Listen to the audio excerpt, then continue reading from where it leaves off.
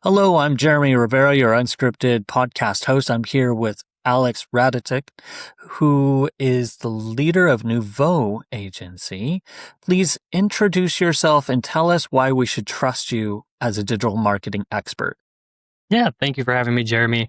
So, a little bit about myself. I'm born and raised in Missouri, so a lot of Midwest work. I've spent the last decade doing home services marketing between building websites, search optimization, uh, articles. I mean, you name it, I've done it. Integrations. It doesn't really matter. I always used to pitch myself on. If you ask me to do it, I can probably do it, put a price to it, and make you money doing it. So that's sort of my background and my expertise. Tell me about home services as an SEO niche. What's unique about that aspect of, or that subset of marketing?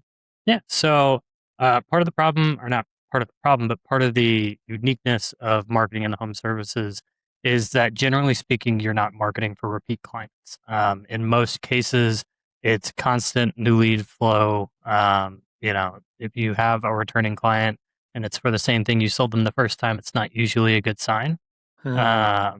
So, part of the unique challenge is always working to get new leads for the clients. And that's, educating customers or working on rankings or putting together blog posts that, can explain a specific topic, which I guess falls under educating customers. But, generally speaking, it's never recurring, not a recurring audience base.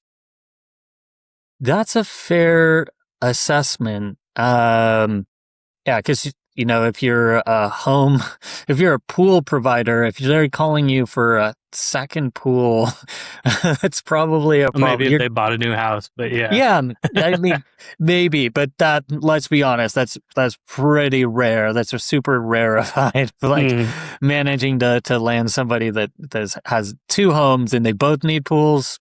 I mean, like I'm sure it exists, but that's not not been my experience. I'm working in a revenue share partnership with a home uh, construction. They do additions and stuff, mhm, and it's been an interesting learning journey of how much social media matters, mhm.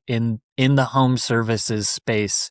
The majority of visibility seems to be, Facebook, strangely enough. Yeah, so I run into that a lot. And I find it 50-50. A lot of the companies I work with are, uh, it's not they're not pretty.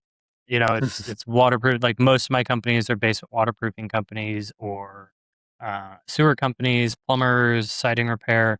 So, like from the social media side, we tend to leverage a lot more on the like meta advertising side as Yeah. opposed to organic social media because they don't have a lot of like really good before and afters. And when they do have good before and afters, it's like pulling. Sometimes it can be pulling teeth to get those photos because you know. Uh, the staff that they have working for them, they're doing a job. They're doing a labor job. And their job isn't necessarily to take photos. And a lot of companies around the sort of like $1 to $3 million mark don't have the budget to hire a marketing person to go out and take photos all the time. Um, so we tend to leverage a lot more of the paid marketing side on Facebook, and we get decent visibility, and we use it for brand building a lot more than we use it for lead generation. Mostly just due to our experiences with lead quality. Yeah. Talking about lead quality, I interviewed Jake Melendi of Ignavito, and he did a study. I think it was 1,800 or so businesses, and less than 5%, replied within 24 hours. Hmm. Yep. Yeah. No, that's actually something I've been talking about a lot more. I've been shifting the focus of what we do to sort of a pseudo consultation where I'm talking to business owners a lot more about speed to lead, about response times, about making, they may come back and say, the lead quality is not great. And I'm like, did you contact them right away? Are you automatically emailing them? Are you sending text messages? I'm working with one client right now where I've built an entire flow chart for speed to lead where it goes through every single contact stage automatically puts it in a call queue on day one, and then a second call on day two if they don't answer after leaving a voicemail. And then the next 15 days, they get emails like every 7 days. So it's like three extra emails total. It's like, hey, we were trying to reach you. Like, did you get a second opinion? Do you need a second opinion? Trying to basically hammer home, because most of these companies offer free estimates, at least Yeah. most of the ones I work for. Um, and so it's a no brainer to reach out to a customer after 7 days when if they've had a wet basement, they probably got a quote within the first couple of days. Yeah. People want to get that fixed fast. They want people out to their house quickly. So if you're not answering the phone, if you're not answering emails, they're going to go find someone else. But with the ticket price on those jobs, it's worth reaching out and being like, hey, do you need a second estimate? So yeah, that's a huge issue. And like, even just that can increase sales close rates by like 5-10%, which I don't think a lot of people and a lot of companies have a lot of insight into. That, like, because most home services are seasonal, a Yeah. 5% increase in close rate can actually net you more revenue than a 20% increase in leads year over year with the same close rate. That is a fantastic point of connecting both of those pieces, because we would, I was guilty of it from 2010 to 2020. I had blindness after I had a conversion. Hmm. It was my job. I could get rankings, and get traffic. And that's if I did that, then I got paid. And what happened after that was always a black hole. But I think we cannot afford that as an industry anymore to sit back on our laurels. We should be reaching deeper into the organization to make sure, does the marketing we're putting out there lead to the conversations that are going to close? Are we focusing on, basements when we should be focusing on attics? Is there Hmm. a higher profit percentage for, oh, hey, when we do additions, there's X amount of additional that comes with it every single time, and we prefer those? Or, hey, we don't want additions. We want to focus on, repair type queries. Like those are fit type things that over time, the invisible resentment of optimizing for leads that they don't want Hmm.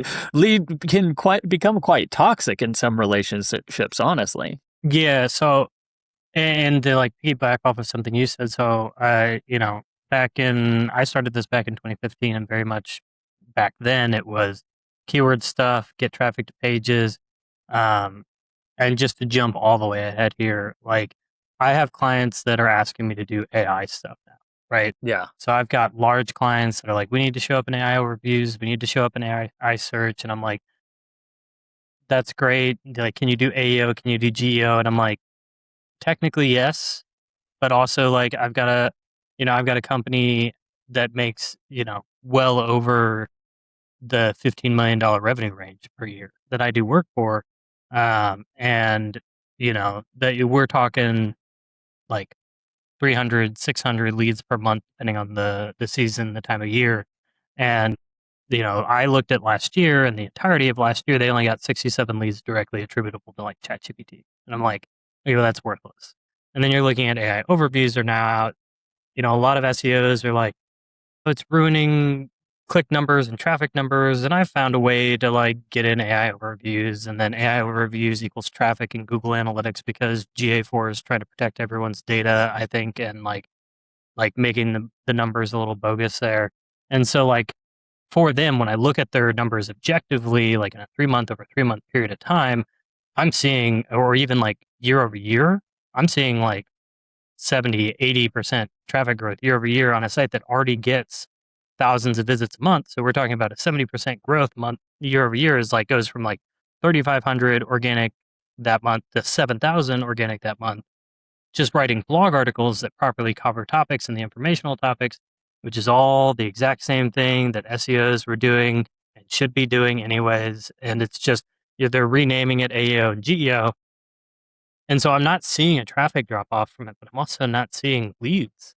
Like, so, and one thing I talked about with that client is, hey, I want to point out this really good traffic number, but I also want you to understand that lead growth, conversion growth is only like 10% year over year. So I want you to understand that like I could be over here trying to like fool you with this like great organic growth traffic number. That's technically what you're paying me to do is like get you organic traffic.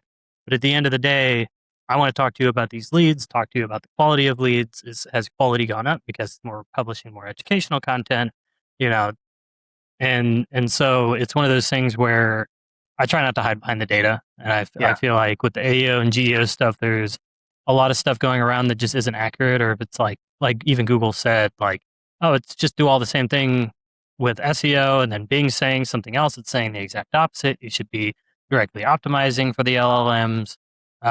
But like the true answer is none of us have control over it, and the LLMs are primarily public opinion based. So unless you can sway public opinion and get branded and get in news stories and find someone to go post about you on Reddit all the time, you're just not going to do very well. Uh, so it's a really interesting dynamic trying to navigate all that stuff compared to when we started. I think it was John Henshaw who I interviewed who said the best thing you can do to influence LLMs is to fix your broken product Hmm. because your genuine experience of how they receive it is going to more directly correlate to what they say in the review. Hmm. If they're willing to go on Reddit and sing your praises, in the UGC, user generated content, um, you know, LLM poisoning can occur, but I've seen it more frequently hold a grudge Hmm. and refer to, especially if there's a particular weakness, it gets mentioned on Reddit of X deficiency, and then if a review occurs and has that same deficiency, then that is almost the worry becomes the friction around it is almost more reputation management 2.0 Hmm. Well, and versus it's I was gonna piggyback off that. So like ChatGPT just signed a licensing agreement with Yelp to use the Yelp platform and Yelp reviews to pull up businesses.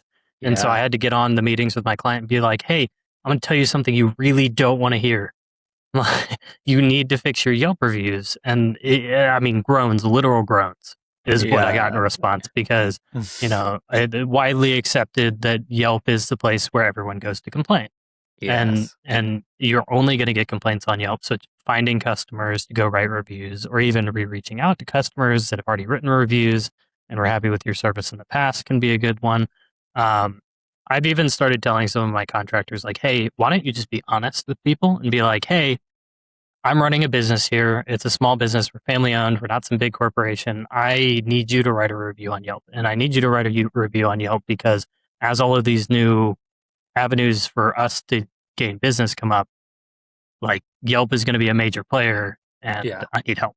Like asking your customers for help, just like they ask you for help. I think there's a pride level that prevents people from doing it or asking them, really telling them the reason behind it. And I'm like, well, I sell based on honesty. Like someone asked me, like, can you guarantee me ranking for XYZ? And can we put in 90, 180, and 270-day KPIs? I'm like, no. Like, no, because 3 months from now, Google could completely tank it with another, algorithm update, like what I'm working on, or, all of a sudden release AI overviews, or what was it? The June spam update wasn't actually a spam update, and it just completely tanked all AI overviews for a little bit, and then replaced most of it with YouTube. Yeah. And then, those are crawling back up now. So, it's normalized a little bit, but it's still like 3/4 of YouTube results in AI overviews right now. But nobody's talking about that. So real interesting. It is, it's about finding, placement on second surfaces, and part of that comes down to, Matt Brooks saying, educate your offsite customer service team. Mhm. Cloud is pretty good at answering stuff about you, but not if you tell them if you don't tell them what you do. Mhm. It's not, if you're a salon, you cannot just have pretty pictures of your salon anymore. I'm sorry. It's beautiful. I know you love aesthetic, and I've worked with several different salons. I had to fight tooth and nail just to be able to say the word salon because he wanted it. No, it's an experience. Okay, but nobody is searching for experience. Yeah, You haircutting know, experience. okay, Yeah. we're going. I had him type in, go to Google and type in experience. Mm. Is that your business? Like, no, you're a salon. I was like, okay. So Mhm. he finally let me say salon, and like two other sentences. Those days are passing though. Like Hmm. even then that was like, because I could put it as an H1, but now you need to say when you're open, your focus, your specialty, your expertise, all of those things need to be communicated. How many businesses have you worked with where they had practically either literally no about page or an about page that was maybe a picture and a cheesy, puffy sales sentence? I still have a decent amount of those. I try to fix them, and my customers are all at all different levels of involvement. Some of them were built back in the day, and they get the updates, they get the speed updates, the technical updates, but they're also like not interested in paying for the more enhanced SEO and the actual active writing. So I'm like, well, if you're happy with the leads and you're not complaining, and I'm still working, like making sure you have the latest schema or like putting LLMS doc text, which nobody knows if that works or not, or, and all those things. So I still run across a decent amount of that. I do also more often run across people being like, I want to rank for X keyword. I want to rank for foundation crack repair. And then I'm like, go pull up foundation crack repair and tell it like, here's what the SERP looks like. It is a shopping and informational query with no businesses on. Or the same thing happens with insulation. People are Yeah. like, I want to rank for attic insulation. When you search attic insulation, it's Owens Corning and Home Depot and Lowe's and products. And there's a maps listing, yeah, where 3 companies show up that do nothing but that. And I'm like, it's just not a great keyword to rank for. There's too much competition from major corporate players on those that we're never going to rank number one for it. It doesn't matter what your domain authority is or whatever you like, whatever the arbitrary ranking number that you want to give it is. Like, you could be a $30 million a month company and you're not, like, it's not going to make you rank for this keyword because that keyword doesn't have anything to do with people actually searching for that service. Like, you have to really, and I find having to do manual, like actual true manual keyword research, going and not just looking at volumes on like SEMrush or Ahrefs or anything like that, and getting the keyword intent, but going and actually looking at the search and then seeing, okay, it's got this and this and this on it, and those are informational, and then it's got these 3 commercials. So like, I have to figure out how is the content that I'm going to write fit into that. One thing that I have been digging into this week is search volume. I had a keyword phrase that my SEO site ranks for, Mhm. and Google AdWords API served up through OpenSEO said that there were 10 searches for it a month. But when I looked at my GSE, I had over 1,100 impressions Mhm. for that same search phrase. So, um, putting it out there, I got a few different types of feedback about that discrepancy. It is both numbers are from Google. One's from Google Search Console and one is from Google AdWords API. Mhm. One factor to consider is, hey, if you show up in a people also ask entry on another keyword for that phrase, you don't show up on the original query. It'll show you what the PAA was for your phrase. So there's this horizontal split that isn't represented. Yeah. So That's that's, happening. That's happening with AI overviews too. Is it is counting your little logo icon as a reference? Um, it is counting that as an impression, and then it's putting it in Search Console as organic impressions. Because for whatever reason, while they do have rolled out that generative AI overview in Search Console, is they're not pulling the data out of the actual other view, out of the regular search view. So like, you can see a lot of impressions for a search, or even, and I will say this is like, sometimes it seems like it's also counting it as a click when someone clicks into the AI overview where you're cited. And I don't have any yeah. data to back that up, but I think that is happening a little bit. Um, and yeah, so like the horizontal nature of searches and how it's like splitting out your impressions across different values is very valid. And it doesn't help. It really doesn't help us from an impression standpoint, you know? It, it it's the organic click through rate for an entry in a PAA. It does exist, but it's not. It's it's a fraction of. I remember Advanced Web Ranking did a Hmm. study on it, and I think it was equal to ninth or 10th place. The same. But if you look at for 10 blue links, what that tends to be, that's pretty low. Hmm.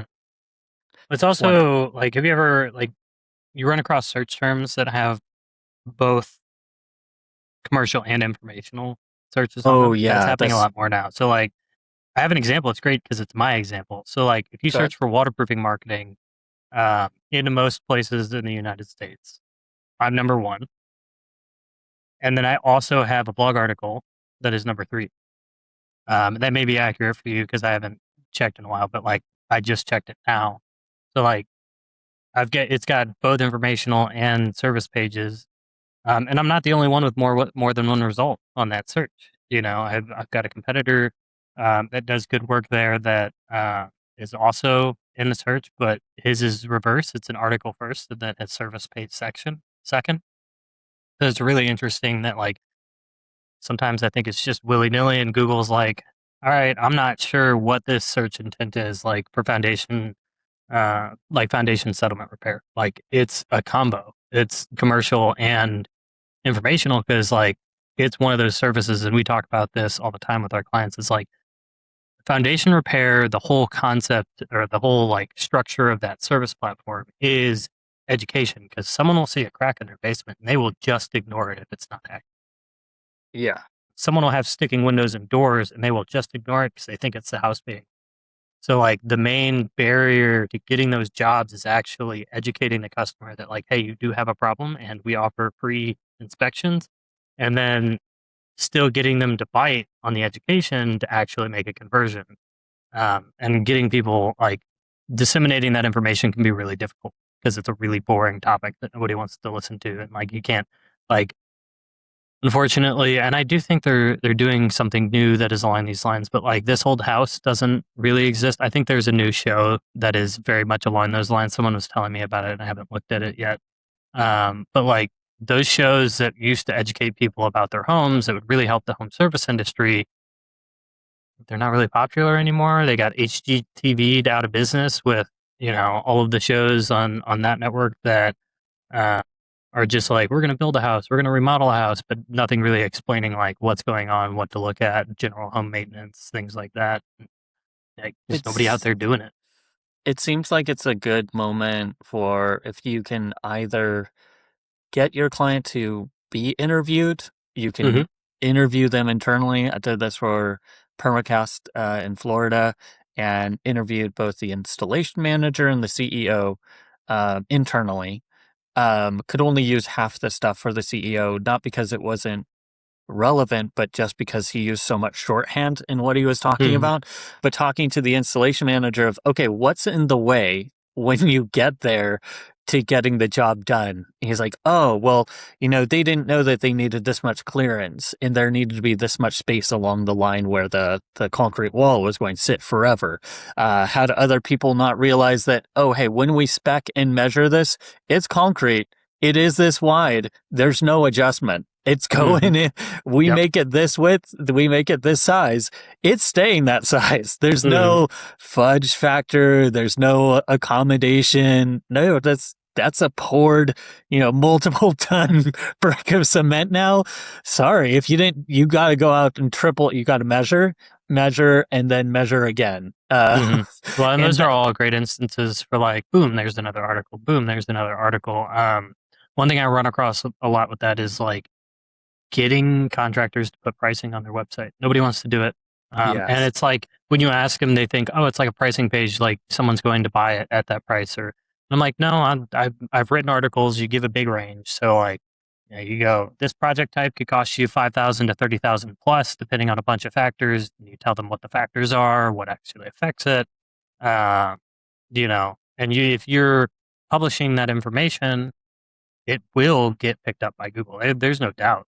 Like, it yeah, doesn't matter how small a company you are, if you're willing to publish price range information for specific types of jobs, Um, Google loves that stuff. Like anything you can pull out of your CRM that is a true data point, like it doesn't have access to any of that information.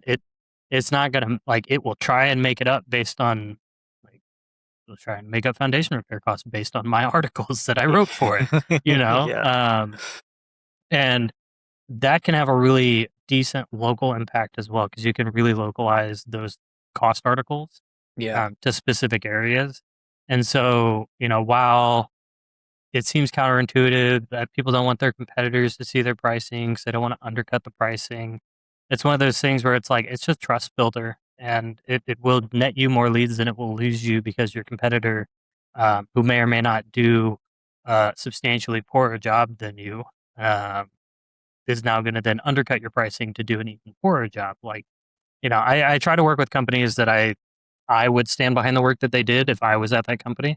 Yeah. Um, and I guess I'm proud to say that I don't have anybody. I have turned down people before, years in the past when they came to me and they're like, I want to do this type of website for this type of service. And then they told me, and it's in a foundation repair market and it was for foundation crack repair. And then they told me the method they were using. And I straight up told the guy, I'm like, I can't do that. You're going to charge people money for a non-permanent fix claiming it's permanent. Like I can't even optimize for that because you're just going to get bad reviews. So no. So like I've told people no before. Uh, Try to screen that out because it's easier to work with people who stand behind their work. Absolutely. Yeah, there have been hard no's, not just in the casinos, pills, niches. There are people who have either in the conversation what they worked on, that's if they're coming out the gate like, okay, oh, can you put, a bunch of extra pages and, just get us to rank right away? Can you buy us a bunch of links from, I don't know how to get the most links from India. And one guy said, he's like, I want the most links you can buy me from India. I'm like, wow, right out the gate. Like, no, that's really bad idea. And Hmm. I'm not willing to I'm not willing to engage in like overly risky optimizations for you because then it's going to come back to me. Like that's just bad business on my behalf. If I know something is truly black hat and has a true risk of getting your business banned, like I'll tell you if it's real or not, but I'm not going to do it for you. Hmm. No, I get that. Back on the topic of that I brought up earlier with like a lot of people get burned by agencies, burned working overseas. There's a lot of companies out there that are willing to sell you a promise to get a temporary gain on their behalf, in my opinion. In Yeah. our industry, it's a problem. I mean, and every industry has it, or they're willing to do the work for way less, and it's just not going to be as good a work. And this like selling selling our services, like I need you to trust my expertise, so I need you to understand that like I'm not going to lie to you even sales process. So if you come to me and you're like, how long is it going to take me? I just started this business. I bought this domain. It has no domain history. It's never been on the internet before. It's for this competitive plumbing niche. How long is it going to take for you to rank this website? And my answer is going to be like, currently 6 to 9 months for you to start seeing organic leads coming through, most likely. Yeah. There are things we can do that will generate organic leads. Like the business listing will help. Getting some reviews on the business listing will help. It'll generate its own organic leads, but the business listing isn't the website. It's not actually organic traffic. Um, you know, or you can run ads, but you're going to spend the first 2 weeks you start an ad account. It's going to take you 2 weeks of spending money and getting nothing just to figure out if it's going to work in the future. You know, Yeah. uh, and I've I've made a lot of really good business partnerships and relationships selling that way, and I think I've protected myself a lot from compromising my own like reputation by saying, no, I won't guarantee that. And like people that are willing to guarantee you specific rankings for specific keywords, I can't, they're just lying to you because there is no way to guarantee that. Yeah. Um, and that's a lot of where I come from. Like I could pick a really niche, low competition keyword and be like, yeah, I can get you ranking for that. No problem. There's like 3 articles on the internet for it. Um, but I try to be honest about how business works for the home service industry with my business owners, and I think that nets me a lot of trust. Given no, I've been doing this for 10 years. I've been writing these pages and doing research. Like some of these industries, I have been doing it longer than some of the people that I'm working with have owned their own business in that industry. So I don't know. It's an interesting dynamic. What, in your opinion, is the low hanging fruit in SEO right now? What is a tried and true, maybe trite, maybe predictable, but hey, it works. Do it. Yeah. So I mean, there's all the normal stuff that you can find everywhere, like standard technical optimization. You know, and this is all like if you're working in SEO, it's all the basic stuff that you should do on a website. Your minimum standard for launching a website. Um, uh, so I'm not going to go into that stuff. It's going to be on the uh, injection of EAT into stuff, which I don't want to be vague about. I feel like it's a very vague topic and it gets a lot of very vague answers in the SEO space. Um, injecting EEAT into a website is about a couple of things. And, there's a lot of things you can do, but the things that I try and focus on are real customer and company photos, before and afters, on service pages showing this is our work before and after, even to the point of potentially writing a job story and being like, hey, here's 4 pictures from this job. This is what this homeowner had. This is why we installed this.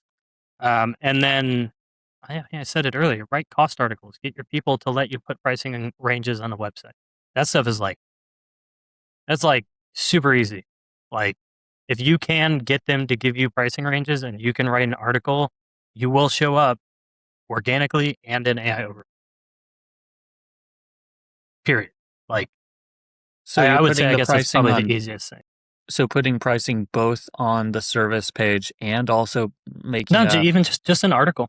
just an article, Yeah, like, just a blog how much article. does Like, how much does attic insulation cost in St. Louis?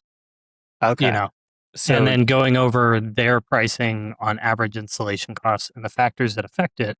And you can protect yourself by saying, all right, my customer has given me a $6,000 to $13,000 range for average attic insulation job in the St. Louis area. I'm going to publish a $6,000 to $17,000 range.